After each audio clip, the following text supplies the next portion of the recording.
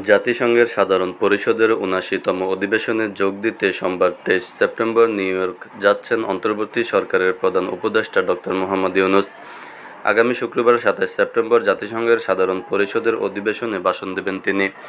এছাড়া জাতিসংঘ সাধারণ পরিষদের অধিবেশনের ফাঁকে মার্কিন প্রেসিডেন্ট জো বাইডেনের বাংলাদেশের অন্তর্বর্তী সরকারের প্রধান উপদেষ্টা ডক্টর মোহাম্মদ ইউনূসের সঙ্গে দ্বিপক্ষীয় বৈঠক করবেন মঙ্গলবার ২৪ সেপ্টেম্বর।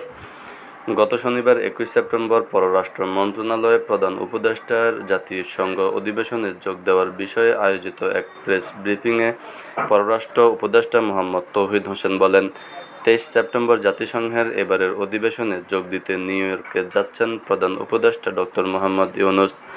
২৪ সেপ্টেম্বর থেকে জাতিসংঘের ৭৯তম সাধারণ পরিষদের অধিবেশনে উচ্চ পর্যায়ে সম্মেলন শুরু হবে।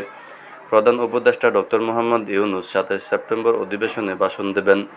তৌহিদ হোসেন জানান, চলতি বছর জাতিসংঘে বাংলাদেশের সদস্য পদ প্রাপ্তির ৫০ বছর পূর্ণ হয়েছে। এ উপলক্ষে প্রধান উপদেষ্টার উপস্থিতিতে মঙ্গলবার ২৪ সেপ্টেম্বর জাতিসংঘের সদর দপ্তরে বাংলাদেশ একটি উচ্চ পর্যায়ের অভ্যর্থনা অনুষ্ঠানের আয়োজন করেছে। বিভিন্ন দেশের প্রতিনিধি দলের প্রধানরা ছাড়াও জাতিসংঘের শীর্ষস্থানীয় কিছু কর্মকর্তা, রাষ্ট্রপ্রধান, বিভিন্ন সংস্থার প্রধান এ অনুষ্ঠানে অংশ নেবেন।